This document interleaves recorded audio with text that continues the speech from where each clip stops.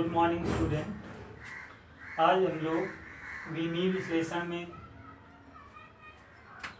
विमाओं के अनुप्रयोग पढ़ेंगे। ठीक, उस दिन हमने क्या किया था कि विमा निकालना बताया था कि किस तरीके से विमाएं निकाली जाती हैं। तो आज हम लोग विमाओं के अनुप्रयोग ज्ञात करेंगे, कैसे विमाओं का अनुप्रयोग किया जाता है। ठीक है, तो विमाओं के अनुप्रयोग चार प्रकार से होते हैं। पहला जो होता है, फर्स्ट नंबर, बीमा का अनुप्रयोग किस तरीके से करेंगे। पहला पॉइंट होता है कि एक पद्धति के मात्रक को दूसरी पद्धति के मात्रक में बदलना। एक पद्धति के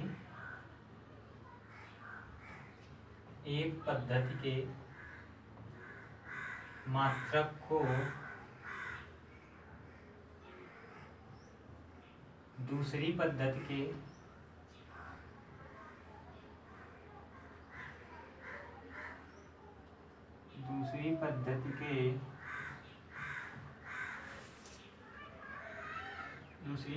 के मात्रक में बदलना।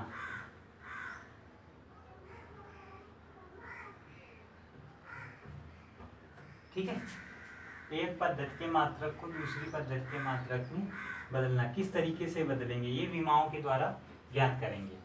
ठीक है, तो देखो किस तरीके से बदलेंगे एक पद्धति के मात्रक को दूसरी पद्धति के मात्रक में।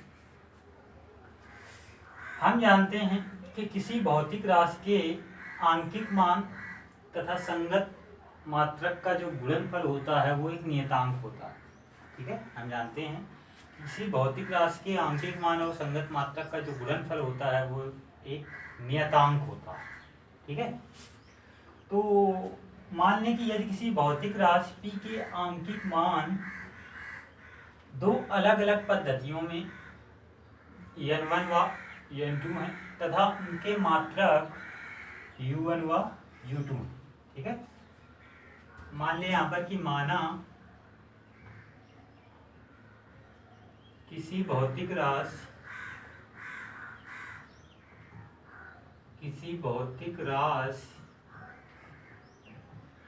P के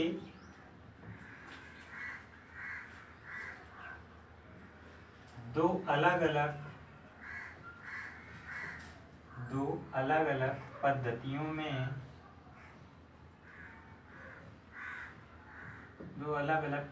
में मान n1 व n2 हैं तथा मात्रक u1 व u2 है। तब क्या हो जाएगा, P बराबर जो होगा वो होगा n1 u1 बराबर n2 u2। ठीक है, यही बताया गया था कि किसी भौतिक राशि के आंकिक मान उसके मात्रक का गुणनफल क्या होता है, एक नियतांक होता है। तो अगर हम मान लें किसी भौतिक राशि P के दो अलग अलग पद्धतियों में मान n1 व n2 तथा उनके मात्रक u1 व u2 हैं, तब P बराबर क्या आ जाएगा, n1 u1 बराबर n2 u2। इसको एक क्वेश्चन नंबर फर्स्ट डाल देंगे। ठीक है, अब देखो क्या करेंगे कि मान लें कि किसी भौतिक राशि की द्रव्यमान की जो विमा है वो a है, लंबाई की जो विमा है वो b है और जो समय की विमा है वो c है। ठीक है, अब यदि मान लें कि यदि भौतिक राशि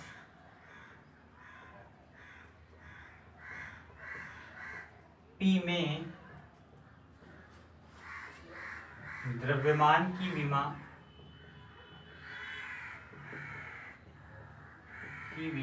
a, लंबाई की विमा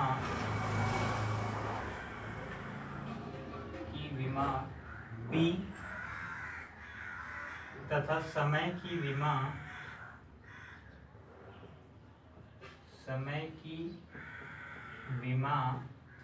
c, तब विमीय सूत्र वी में ये सूत्र क्या हो जाएगा, m की पावर a, l की पावर b और t की पावर c, ये तो हो जाएगा। तब वी में सूत्र m की पावर a, l की पावर b, t की पावर c होगा। ठीक है।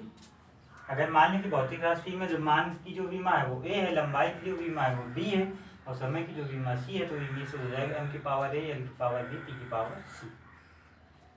अब क्या करें, अब यदि पहली पद्धति में मूल मात्रक क्रमशः m1, l1, t1 हो, तो यदि मान लिया जाए, अब यदि पहली पद्धति में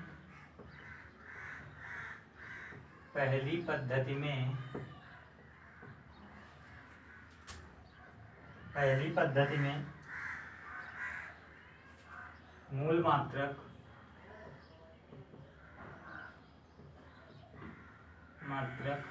m1, l1, t1, तो क्या हो जाएगा, p बराबर n1 m1 की पावर a, l1 की पावर b और t1 की पावर c हो जाएगा। ठीक। इसी प्रकार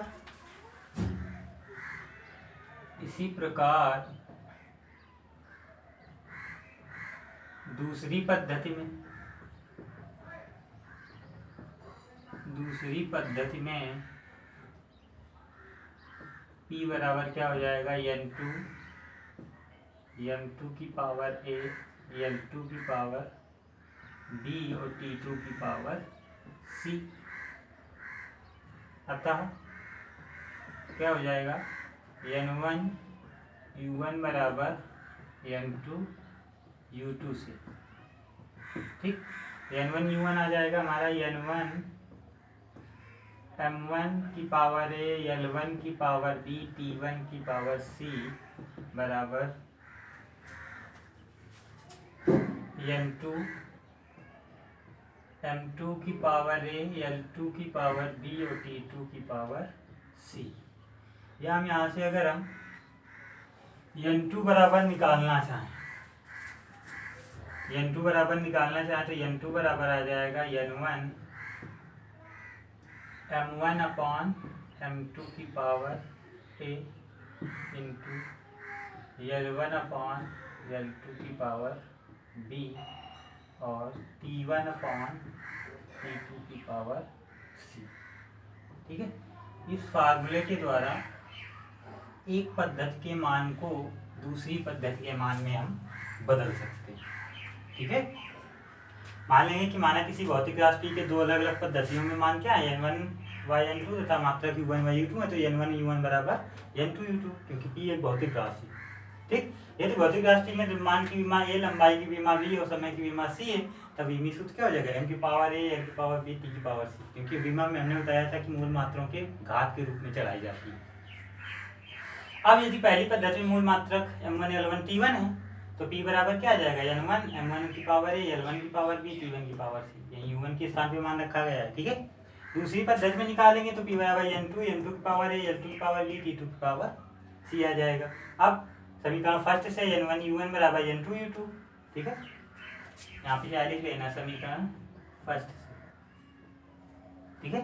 समीकरण फर्स्ट से n1 u1 बराबर n2 u2, तो n1 u1 की स्थान पे रख देंगे n1 m1 की पावर a, l1 की पावर b, t1 की पावर c, और n2 u2 की स्थान पे आ जाएगा n2 m2 की पावर a, l2 की पावर b, t2 की पावर c। तो हमें n2 निकालना है जो कि दूसरी पद्धति का मान है, तो n2 बराबर आ जाएगा n1 m1 बटे m2 की पावर हो जाएगा a, और l1 बटे l2 की पावर हो जाएगा b, और t1 बटे t2 की पावर हो जाएगा c।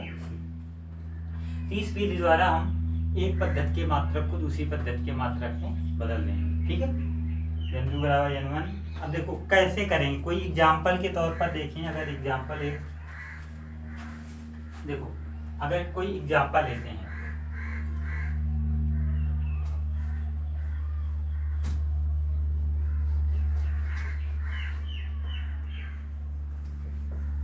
तब समझ में आएगा कि किस तरीके से इस विमा के अनुप्रयोग का उपयोग करेंगे। कोई एक क्वेश्चन लेते हैं।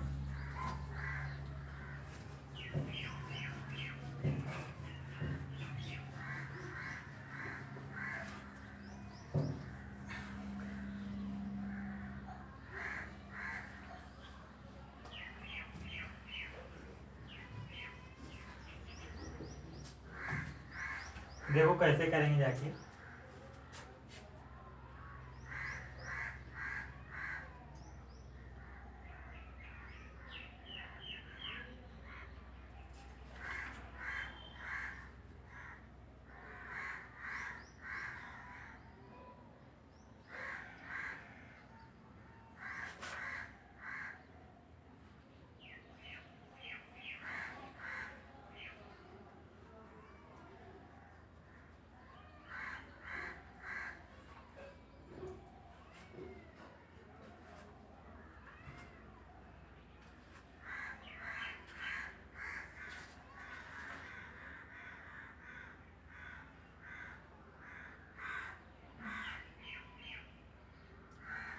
मान लो एग्जाम्पल दिया गया है कि विमी विध से 1 जूल को अर्ग में बदलिए या 1 न्यूटन को डाइन में बदलिए। एग्जाम्पल है कि 1 जूल को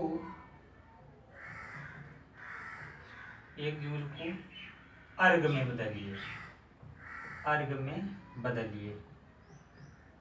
ठीक है, ये दिया गया है हमें। और वीमा विधि के द्वारा बदलना, तो देखो कैसे बदलेगी, क्योंकि जूल दूसरी पद्धति में मात्रक होता है और अर्ग दूसरी पद्धति में। जूल जो है एमकेएस पद्धति में मात्रक होता है और जो अर्ग होता है वो सीजीएस पद्धति में होता है, कार्य का मात्रक है। ठीक है, तो सबसे पहले तो हमें जूल की वीमा पता होनी चाहिए। यहाँ पे लिखेंगे जूल का वीमी सूत्र, वीमी सूत्र वो होता है mL²T⁻²। ये तो होता है जूल का वीमी सूत्र। अब देखो इनको 2 पद्धतियों में बांट लेंगे, वही फार्मूला रखेंगे क्या कि N1U1 बराबर N2U2 से।